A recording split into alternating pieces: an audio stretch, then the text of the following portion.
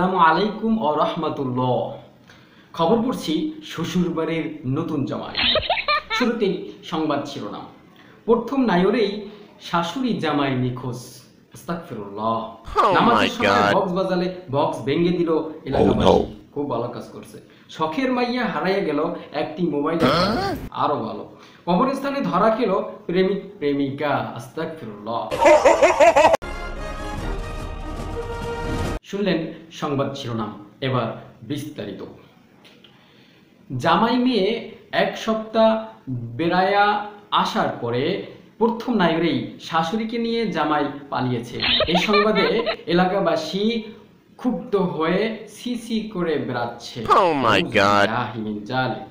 নামাজের সময় box বাজালে box ভেঙে দিল এলাকাবাসী। নামাজ চলাকালীন এলাকার বখাটে ছেলেরা, দুষ্ট ছেলেরা বক্স বাজাচ্ছিল। এমন অবস্থায় নামাজের শেষে এসে বক্স পিটিয়ে ভেঙে দিল।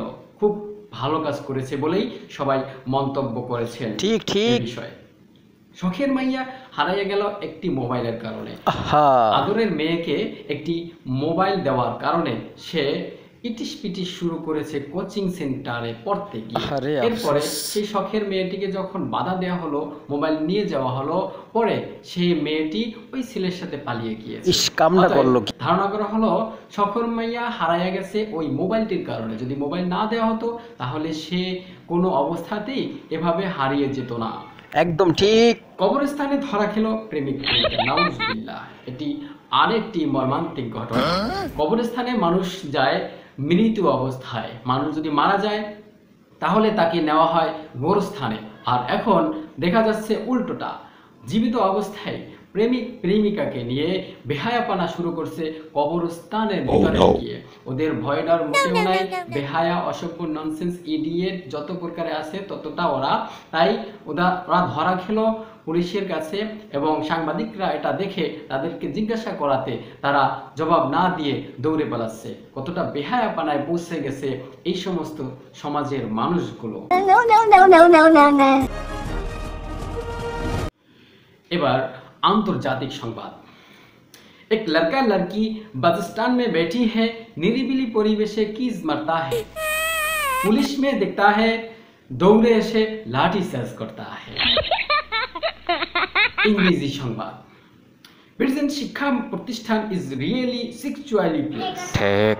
Girl and boy open teaching, open teaching.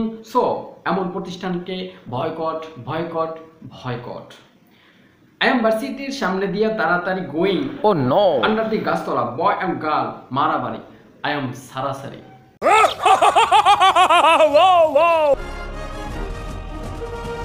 সবশেষ আবহাওয়া সংবাদ। আগামীকাল সারাদিন ঠাড়ামাঙ্গা রোদ এবং মাঝে মাঝে ঝুমুর ঝুমুর বাতাস বইতে পারে। সূর্য উদয়ের কথা আর কি বলবো।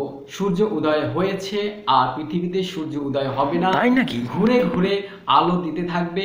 আল্লাহর হুকুমে যখন কিয়ামত হবে সেই সময় অস্ত যাবে, এছাড়া আর কোনোদিন অস্ত যাবে না। কিয়ামতের দিবসে একবার অস্ত যাবে, উদয় হয়ে গেছে। শুনলেন আবহাওয়া সংবাদ। আজকের মতে সংবাদ শেষ করছি। আল্লাহ হাফেজ। আবার দেখা হবে পরবর্তী ভিডিওতে।